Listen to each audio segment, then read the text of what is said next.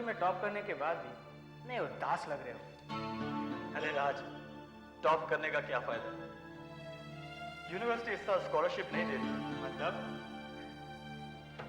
मतलब ये है कि बिना स्कॉलरशिप के मैं आगे की पढ़ाई नहीं कर सकता। और 14 लाख रुपए मैं कहां से लाऊंगा यार? यार विवेक, फैमिली में कोई तो ऐसा होगा जो तेरी मदद कर सकेगा। कोई नहीं है, कोई नहीं है। सिर्फ पिताजी थे जो मेरी मदद कर सकते थे, लेकिन वो तो अब इस दुनिया में रहे नहीं। कुछ साल पहले खुराना हॉस्पिटल के चैरिटी वार्ड में उनकी मौत हो गई। मुझे माफ कर दीजिएगा पिताजी, मैं आपके सपने साकार न कर सका।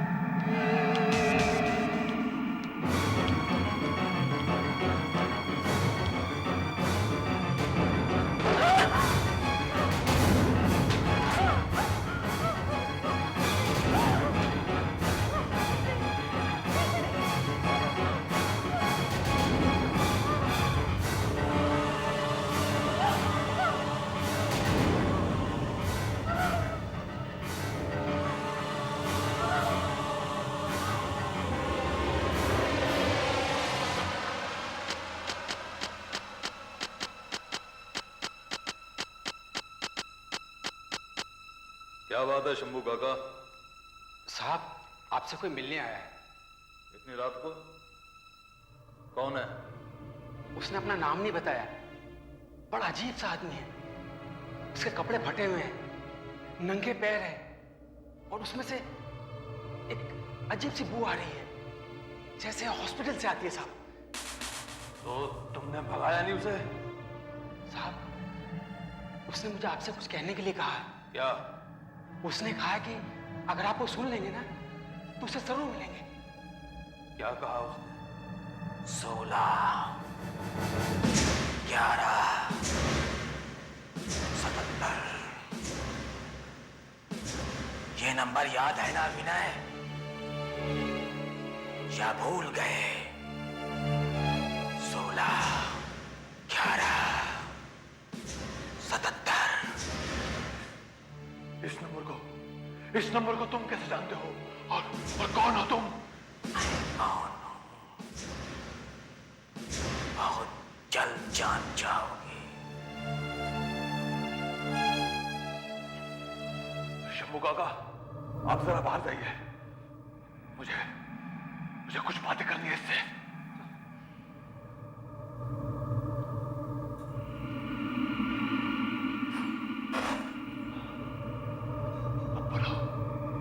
अब बोलो क्या चाहिए तुम्हें?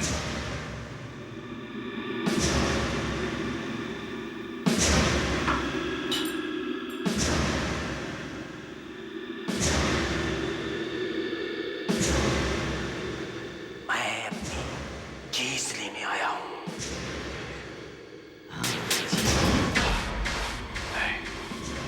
नहीं, ये मार नहीं सकते। शंभू काका! शंभू काका! कोई है? साहब, अरे कोई है क्या? अरे मेरे साहब को कोई मार रहा है। अरे बचाओ! साहब!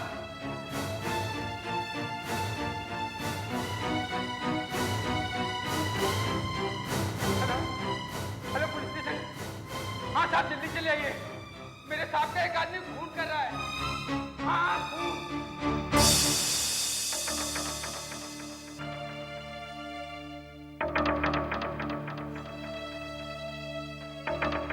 तो दरवाजा अंदर से बंद था और शंभू बाहर था, तो फिर खूनी गया किधर?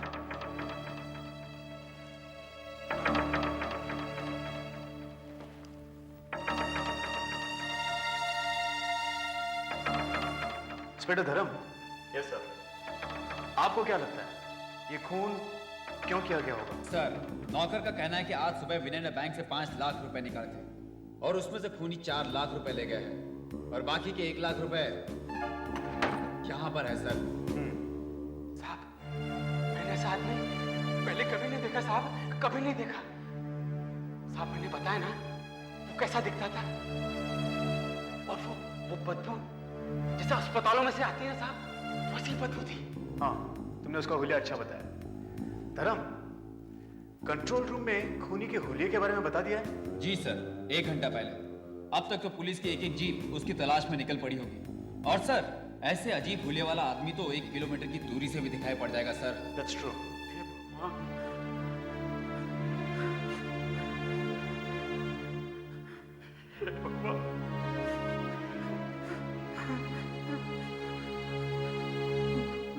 इंस्पेक्टर साहब, रवि विनय का दोस्त। क्या आप बता सकते हैं कि ये खून किसने किया होगा? मैं कैसे बता सकता हूँ? मैं कुछ नहीं जानता। हाँ, सर मैं इंस्पेक्टर वर्मा बोल रहा हूँ। वो खूनी मिल गया है सर। अच्छा, कहाँ पर? खुसरो स्ट्रीट पर सर, एक बिल्डिंग के पास। हुलिया मिलता है? जी हाँ सर, एकदम वैसा ही है। ठीक है, तुम वहीं रुको, मैं पहुंच रहा हूँ। धर्म, खूनी मिल गया है कुछ स्ट्रीट में किसी बिल्डिंग के पास। तुम यहीं रुको और इस आदमी के बारे में और जानकारी ढूंढो। मैं कुछ स्ट्रीट जाता हूँ।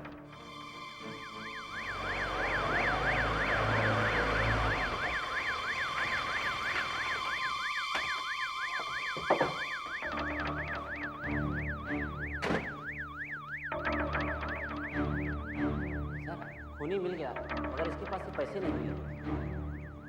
ये क्या? सर, जैसा हुलिया बताया था इस आदमी से एकदम मिलता था, इसलिए मैंने आपको फोन किया।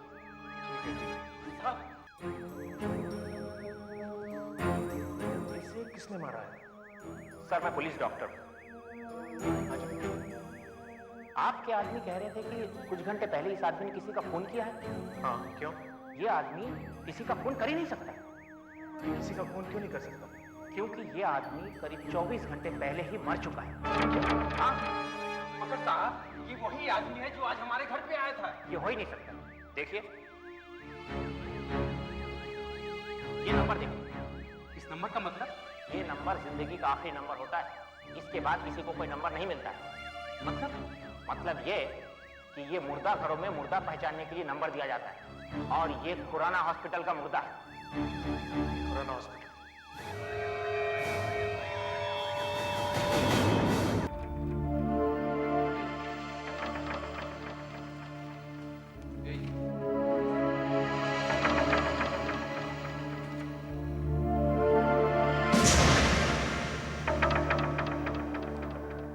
तो ये लाश यहाँ की है, खुराना हॉस्पिटल? जी हाँ, आप कौन है? मैं रक्षा पाठक, इस हॉस्पिटल की एक ट्रस्टी। अच्छा, तो फिर मैं आपसे बात कर सकता हूँ। तो ये मुर्दा इसी हॉस्पिटल का है, राइट? जी हाँ, मगर कल रात को तकरीबन 8:30 बजे ये यहाँ से अचानक गायब हो गया था। 8:30 बजे और 9 बजे विनय का खून हो गया। 9? मतलब आप ये कहना चाहते हैं कि विनय का खून इस लाश ने किया है?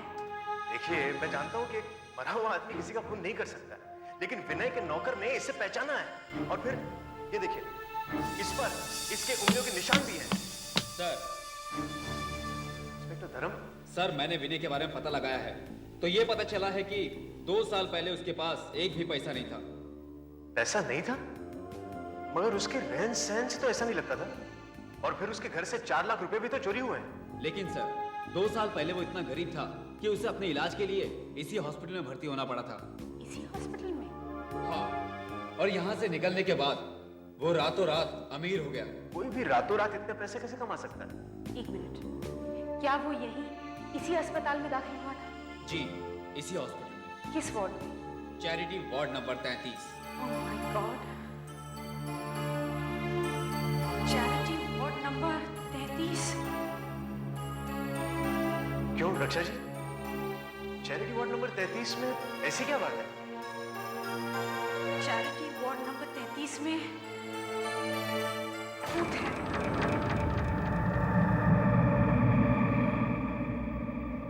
रक्षा जी, ये आप कैसे कह सकती हैं कि वार्ड नंबर 33 में भूत है? आपको मेरी बात पर यकीन नहीं हो रहा ना इंस्पेक्टर मदन, लेकिन ये सच है। पिछले 2 सालों से यहाँ अजीब अजीब घटनाएं हो रही हैं। अजीब घटनाओं से आपका मतलब? अजीब आवाजें, लाइट अपने आप ऑन ऑफ हो जाती है, चीजें अपने आप गिर जाती हैं। कभी कभी तो ऐसा भी महसूस होता है कि जैसे सामने से कोई चला रहा हो। आपका मतलब है वार्ड नंबर 33 का भूत? हाँ, वो अचानक ही सामने आ जाता है और फिर अचानक ही गायब हो जाता है। रक्षा जी, ये सब बकवास है, मैं ऐसे नहीं मानता। मैं भी ये सब नहीं मानती थी, लेकिन एक बार वार्ड नंबर 33 में आंखों के ऑपरेशन के बाद डॉक्टर एक मरीज की पट्टी उतार रहे थे। मैं भी वहां थी।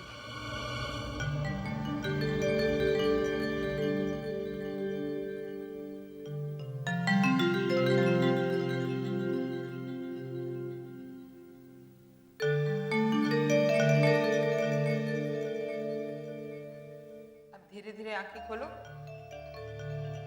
कैसा लग रहा है तुम्हें?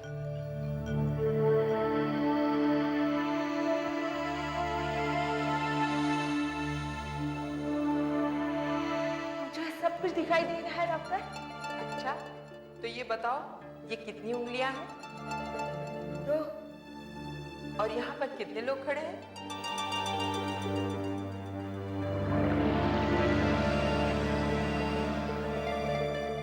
5। 5? पर यहाँ तो सिर्फ 4 लोग हैं। ठीक से देखो। नहीं, एक वहां पे भी है।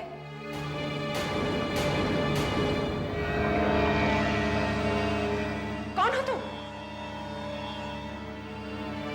ठीक तरह से दिखाई क्यों नहीं दे रहे हो? कौन हो?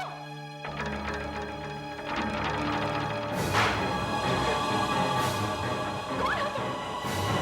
तुम्हें क्या चाहिए?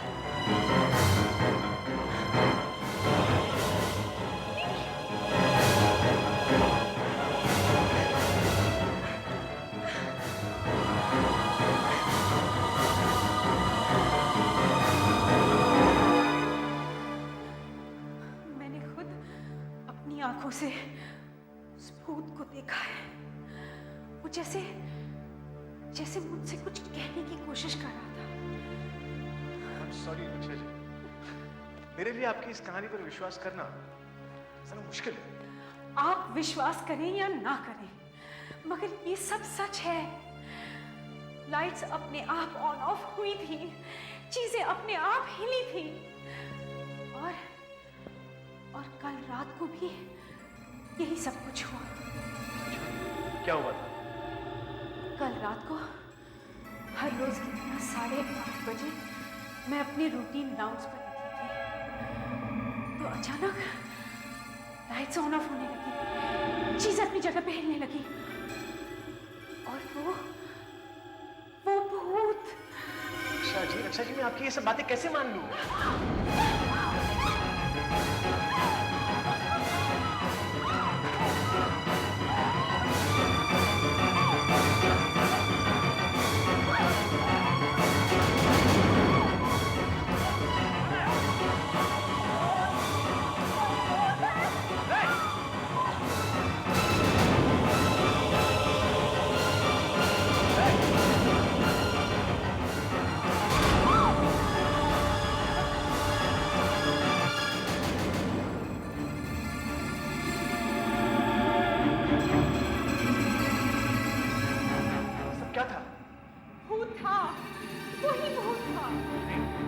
नहीं था, ये जरूर हमें कोई डराने की कोशिश कर रहा है। तो फिर ये व्हीलचेयर में आप कैसे चली? हाँ, कल रात को भी ये सब हुआ था। कल रात को एक खून भी हुआ था। आज भी ये दिखा है, आज न जाने क्या होगा।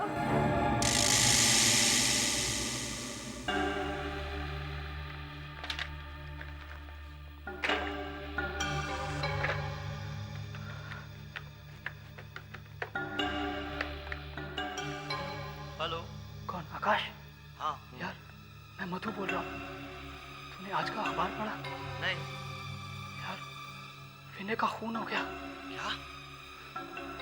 मुझे तो डर है कि कहीं इस खून का हमारे अतीत से कोई संबंध तो नहीं है। नहीं यार, ऐसा कुछ भी नहीं। अच्छा, हाँ, शायद तू ठीक कह रहा है। जब मैंने विनय की मौत की खबर पढ़ी तो मुझे लगा कि कहीं वो हमारी पिछली करतूतों का शिकार तो नहीं हो गया। मधु, तू बेकार ही डर रहा है। अच्छा, मैं बाद में फोन करता हूँ। सॉरी यार, तेरे को बहुत इंतजार करना पड़ा। कोई बात नहीं यार, मैं तो अपना घर समझ के बैठा हुआ था यार। लेकिन मस्त जगह है यार। यकीन नहीं आता कि 2 साल पहले तेरे पास अपना इलाज कराने के लिए पैसे तक नहीं थे, और आज ये सब कमा लिया यार। तूने इतने कम समय में इतना ढेर सारा पैसा कैसे कमा लिया यार? छोड़ यार, सब वक्त वक्त की बात है, टाइम टाइम की। अजीब बात है क्या? इतनी सुंदर जगह है और कुछ अजीब सी बदबू आ रही है, जैसे जैसे अस्पतालों में आती है। क्या बकवास कर रहे हो तुम? अरे मैंने विलायत से मंगवाया हुआ परफ्यूम छिड़का यहाँ पर, तो तू कह रहा है कि अस्पताल की बदबू आ रही है? यार मुझे तो ऐसा ही लग रहा है। अच्छा, तेरे को बदबू आ रही है? चल निकल मेरे घर से। क्या? निकल मेरे घर से। क्या कह रहा है? जल्दी निकल, जल्दी निकल। अरे बड़ा मत बता। और मेरे घर कभी आइए क्या? क्या बात? आज के बाद कभी मत आइए मेरे घर। तेरे को मेरे घर बदबू आती है।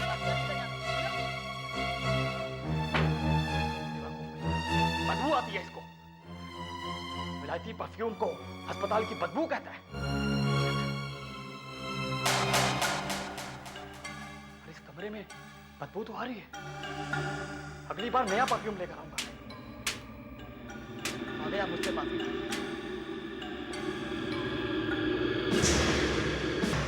कौन हो तुम?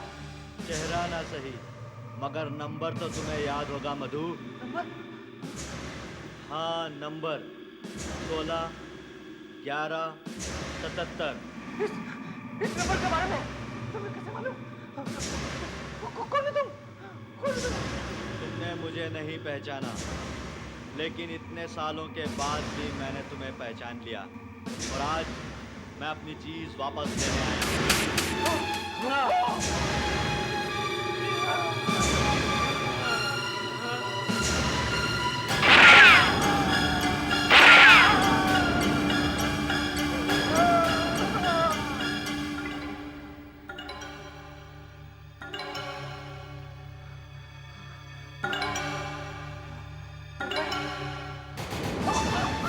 जो पहले ही मर चुका है, तू उसे कैसे मार सकता है?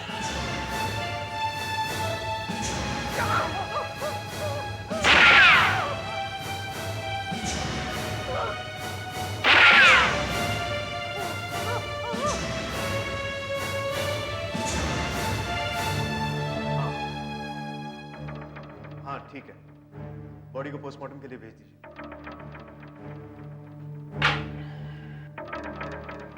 एक और खून हो गया, कोई मधु नायक नाम का आदमी।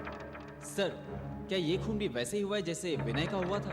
बिल्कुल वैसे, वही अस्पताल में आने वाली बू और वही तिजोरी से सिर्फ 4 लाख रुपए गायब हो जाए, ना कुछ कम ना ज्यादा। सर, ये खून हुआ कब? आधे घंटे पहले। आधे घंटे पहले? क्यों, क्या हुआ? मैंने अभी अभी खुराना हॉस्पिटल में फोन किया था और करीब 1 घंटा पहले वहां से एक मुर्दा गायब हो गया। मुर्दा गायब? मगर एक मुर्दा अपने आप चलकर गायब कैसे हो सकता है? लगता है पिया हुआ है। मैं कुछ मदद कर सकता हूँ? काम हो गया, काम हो गया। अब मुझे इस शरीर की कोई जरूरत नहीं है। अब मुझे जाना चाहिए। मैं बदला लूंगा, बदला लूंगा, मैं बदला लूंगा, मैं बदला लूंगा।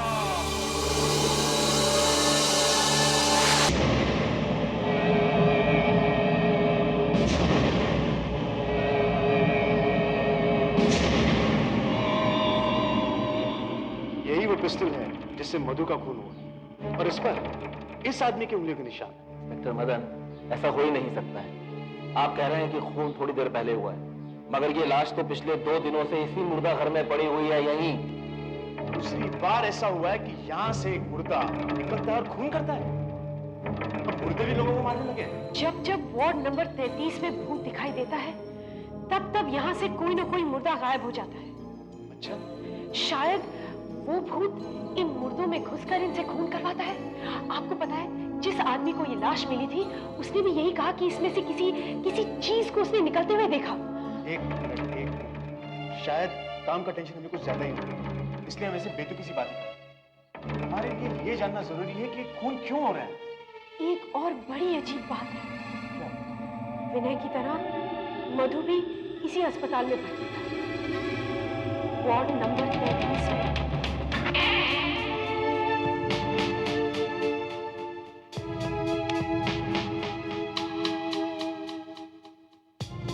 ये है वार्ड नंबर 33। यहाँ ऐसे मरीजों को दाखिल किया जाता है जो अपने इलाज का खर्चा खुद नहीं दे पाते। विनय और मधु ने भी 2 साल पहले इसी वार्ड में इलाज करवाया था। हाँ, वहां था विनय, यहाँ मधु, और इस बेड पर एक मरीज था जिसका नाम था संजीव। संजीव? वो आजकल कहाँ है? वो अब जिंदा नहीं। संजीव की मौत इसी वार्ड में। और इस चौथे बेड पर कौन? इस बेड पर कोई आकाश वर्मा नाम का आदमी अपना इलाज करवा रहा था, लेकिन भर्ती होने के 2 दिन बाद ही वो अस्पताल से चला गया। और हाँ, विनय और मधु ने भी अस्पताल उसी दिन छोड़ दिया। इंटरेस्टिंग। ये मिस्टर आकाश वर्मा का कोई एड्रेस या टेलीफोन नंबर आपके रिकॉर्ड में होगा? हाँ।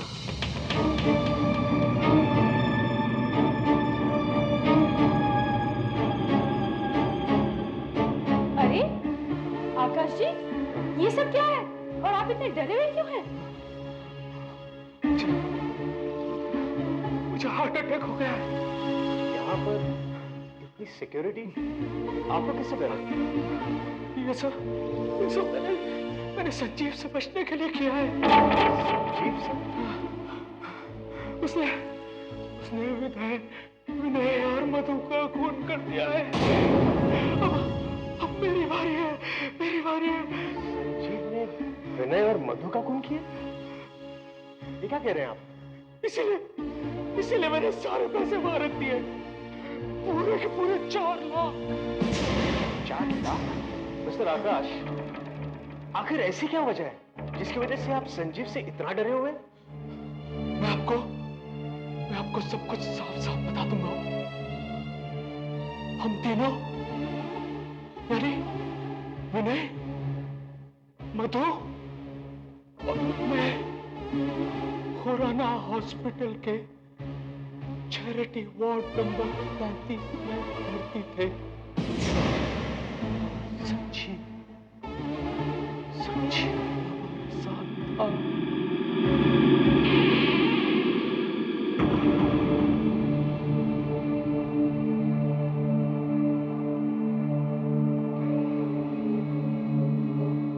डैडी, डॉक्टर ने जो दवाइयाँ लिखी थी लेकर आ गया हूँ। आज का अखबार लाओ बेटा। हाँ, ये लीजिए। संजीव, मैं तुम्हें इतने सालों से जानता हूँ, मगर आज तक तुम्हें अखबार पढ़ते हुए नहीं देखा। लेकिन जब से तुम हॉस्पिटल में आए हो, तुम्हें अखबार पढ़ने के अलावा कुछ सूझता ही नहीं। बस है कुछ बात। अच्छा भाई, अपनी बात अपने पास ही रहे। मैंने हॉस्पिटल के बाहर ही एक अखबार वाले को कह दिया है, वो हर रोज तुम्हें एक अखबार दे जाया करेगा। अच्छा डैडी, कॉलेज का टाइम हो गया, मैं चलता हूँ, शाम को मिलूंगा। रुक बेटा, मुझे भी काम पे जाना है। संजीव, बाद में आता हूँ, अपना ख्याल रखो। चलो। Okay daddy.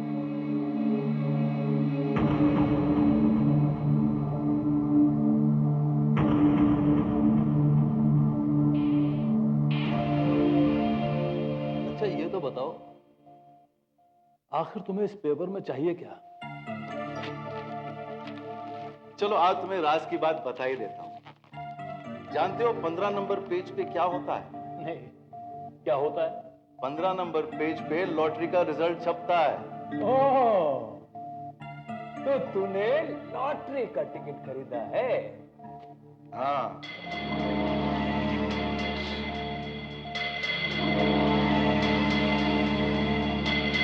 ये रहा टिकट। मुझे 16 लाख का इनाम मिलेगा और उन पैसों से मैं अपने बेटे विवेक को आगे की पढ़ाई के लिए विलायत भेजूंगा। क्या क्या है? एक लॉटरी के हजारों टिकट बिकते हैं। तुम इतने यकीन के साथ कैसे कह सकते हो कि तुम ही जीतोगे? तुम देखना, मैं ही जीतूंगा।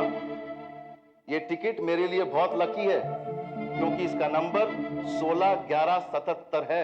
161177? 16 नवंबर 1977 मेरे बेटे का जन्मदिन है। वो मेरे लिए बहुत लकी है। तुम देखना, मैं ही जीतूंगा। नतीजा कल निकलेगा।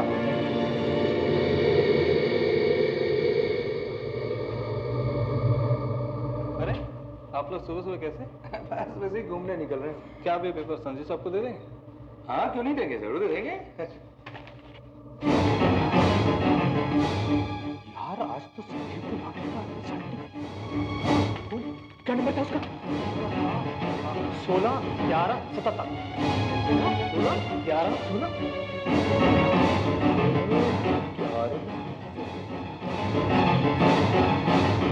तो लॉटरी लग गई। 2001 नहीं देखे और ये 16 लाख एक साथ ले जाएगा। आज लॉटरी उसी को मिलती है जिसके पास टिकट होता है। चलो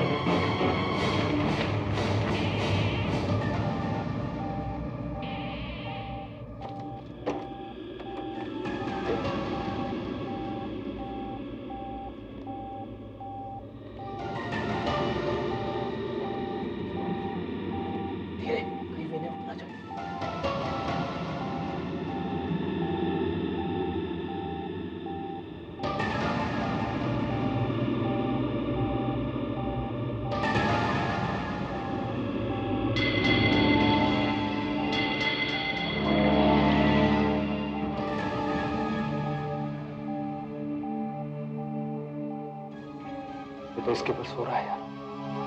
निकालना तो पड़ेगा ना मुझे।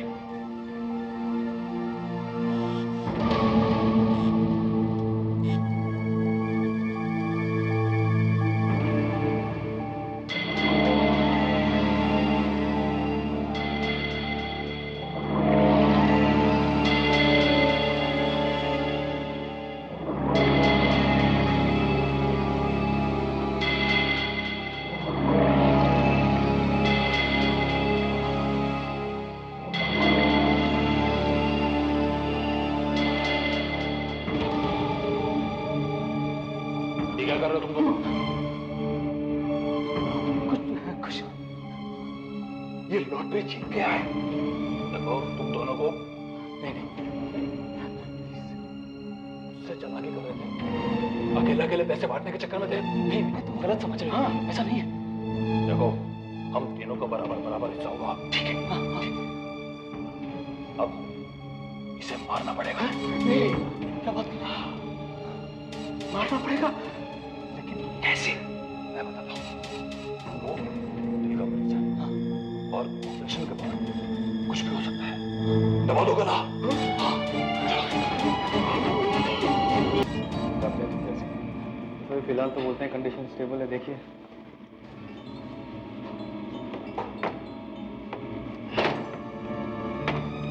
दरवाजा खोल क्यों नहीं रहा? बिल्कुल ही जैम हो गया है। जो ऑफिस में से किसी को बुला के जो मुझे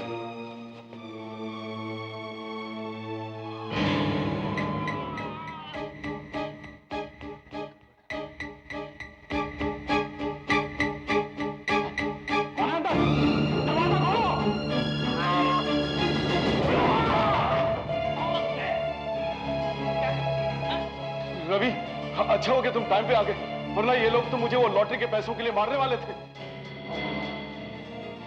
हाँ लॉटरी अगर तुम वक्त पे नहीं पहुंचते तो ये लोग तो मुझे मार ही डालते। तुम लोगों ने क्या सोचा था कि खून करके बच जाओगे? मैं तुम्हें नहीं छोड़ूंगा, मैं ऐसा नहीं होने दूंगा। प्लीज प्लीज हमें छोड़ दीजिए प्लीज।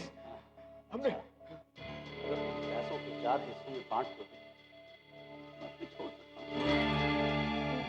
रवि, ये तुम क्या कह रहे हो? तुम तो मेरे दोस्त हो रवि। रवि क्या जल्दी करो, कहीं कोई आ जाए, जल्दी करो।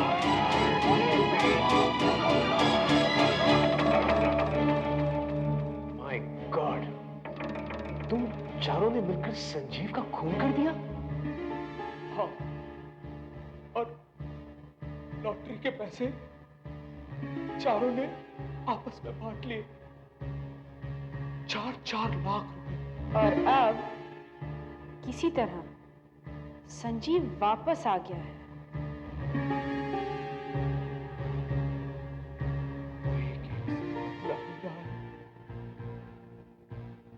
लॉटरी के पैसे भी वापस ले जा रहा है। आपको मुझे बचाना होगा इंस्पेक्टर साहब, बचाना होगा। मिस्टर आकाश, जैसे ही आपकी तबीयत ठीक हो जाएगी मैं आपको गिरफ्तार करूंगा। सर, हमारे आदमी रवि को चारों तरफ ढूंढ रहे हैं। उसका घर बंद है और आकाश के पास भी एक कांस्टेबल को छोड़ा हुआ है। गुड, लेकिन एक बात का मुझे यकीन नहीं होता कि एक मरे हुए इंसान की आत्मा मुर्दा घर में मुर्दों के शरीर में घुस रही है और अपना बदला ले रही है। It's impossible. बहुत अजीब बात है। हाँ, अजीब है, लेकिन इन सब मौतों का संजीव से संबंध है। वो आत्मा संजीव की ही है। प्लीज प्लीज, आप अपनी आत्मा की थेरी अपने पास रखेंगे? विनय और मधु के घर से 4-4 लाख रुपए गायब हुए हैं। आखिर ये पैसे गए तो गए कहां? हाँ, ये बात तो है। आखिर एक आत्मा का पैसों से क्या काम? आप संजीव कहाँ रहता था जानते हैं? हाँ, उसका घर खुशरो स्ट्रीट में है। उसका बेटा विवेक अभी वहीं रहता है। ये तो वही जगह है जहां से हमें मुर्दा घर की 2 लाशें मिली। मुझे संजीव के बेटे विवेक को मिलना ही होगा। मैं कैसे बताऊं कि ये 8 लाख रुपए मेरे पास में कहां से आए?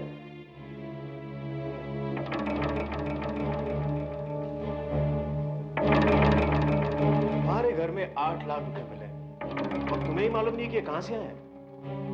मुझे तो लगता है विनय और मधु के खून में भी तुम्हारा ही हाथ है। आप कौन से खून की बात कर रहे हैं सर? वही खून जो तुमने इन पैसों के लिए किए हैं। नहीं सर, मैं कैसे बताऊं? ये 8 लाख रुपए कोई मेरे दरवाजे पर रख कर चला गया। कहानी अच्छी है, मगर तुम्हारे दरवाजे पर 8 लाख रुपए कोई छोड़ के क्यों जाएगा? इज्जत कड़ी लगाओ। नहीं सर, मेरी बात का विश्वास कीजिए, मैं सच कह रहा हूं, मैं सच कह रहा हूं, मैं निर्दोष हूं।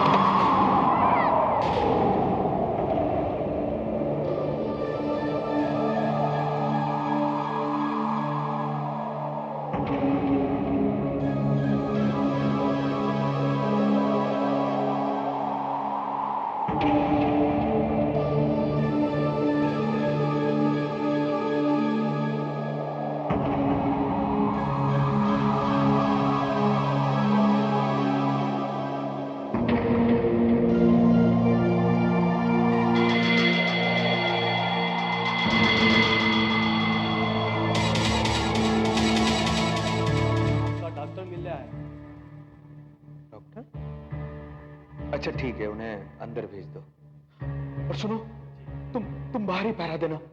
जी साहब।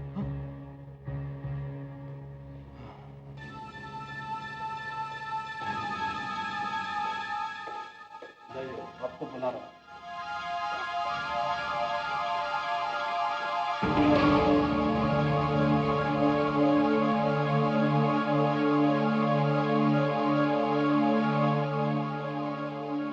डॉक्टर, टेंशन की वजह से बहुत कमजोरी महसूस कर रहा था।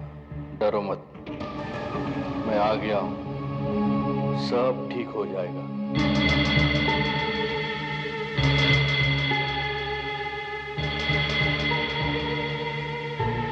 कौन हो तुम? और तुम्हारा चेहरा क्यों सफेद है?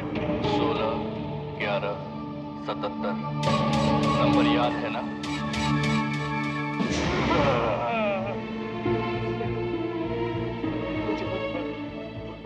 देखो सच्ची, मैंने तुम्हारा सारा पैसा वहां रखा है। जाओ, मुझसे पैसा ले सकते हो, लेकिन मुझे छोड़ दो। एक शर्त पे छोड़ सकता हूं। क्या तुम मुझे बता सकते हो रवि कहाँ है? पुलिस और तुम्हारे डर से छुपा हुआ। उसे बुलाओ, उसे कहना कि मैं उसे मारूंगा नहीं, बस मुझे मेरे पैसे चाहिए। जल्दी करो, जल्दी करो। इंस्पेक्टर साहब, मैं सच कह रहा हूं, मैंने कोई खून नहीं किया। हाँ, ये बात मैं मानता हूं कि मुझे पैसों की सख्त जरूरत है, लेकिन इतनी भी नहीं कि उसके लिए मैं लोगों का खून करता फिरूं। अगर तुम बेकसूर हो तो फिर खूनी कौन है? अरे डैडी, मगर आप? हाँ, मैं ही संजीव हूँ। मैंने ही विनय और मधु का खून करके पैसे लेके विवेक के दरवाजे के बाहर रखे थे। नहीं, मैं तुम्हें ऐसा नहीं करने दूंगा। मैं खून करूंगा। तुम एक आत्मा को कैसे मार सकते हो इंस्पेक्टर? मेरे बेटे को छोड़ दो। मेरे बेटे को छोड़ दो। मेरे बेटे को छोड़ दो। Daddy, daddy, daddy!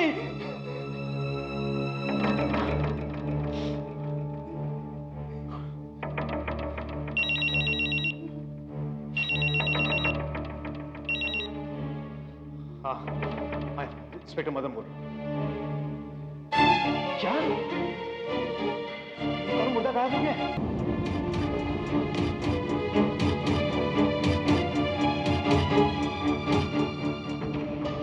अरे, ये तो वही मुर्दा है जो मुर्दा घर से गायब था। आकाश किधर गया? वो तो बीमार था। और पैसे भी तो गायब है। साहब, पहले एक डॉक्टर आया, फिर 10 मिनट बाद आकाश साहब घर से बाहर चले गए अकेले।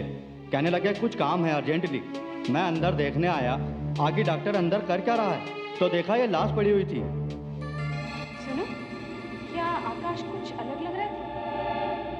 हाँ मैडम, उनकी आवाज एक अजीब सी लग रही थी, एकदम खुरदरी। इसका मतलब जो आदमी यहाँ से गया है वो आकाश नहीं है, वो कोई और ही है। मतलब ये कि संजीव मुर्दों के शरीर में घुस सकता। वो यहाँ आया था इस मुर्दे के शरीर में, और यहाँ आकर उसने आकाश को मारा। Excuse me. हेलो, हाँ बोलो। अच्छा, आकाश, आकाश कहाँ तुम? मैं रवि हूँ। आकाश,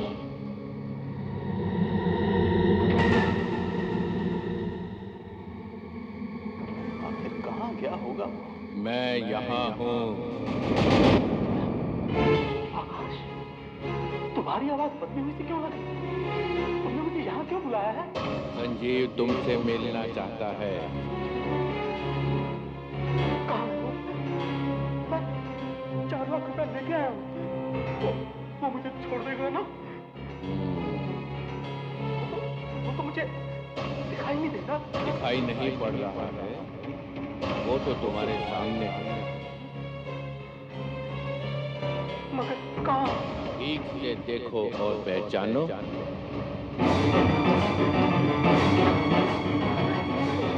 क्या हो रहा है? तुम्हारे सामने खड़ा है, संजीव तुम्हारे सामने खड़ा है। ठीक से देखो और पहचानो।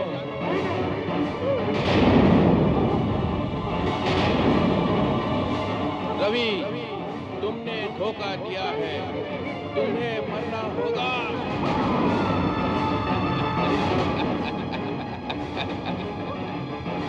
आकाश ने इसे मार दिया।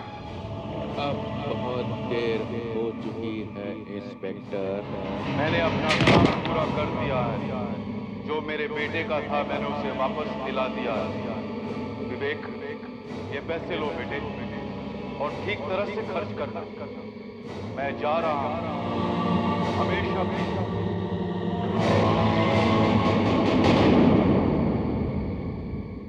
ऐसे और भी मज़ेदार वीडियो के लिए हमारे चैनल को लाइक, शेयर और सब्सक्राइब करें।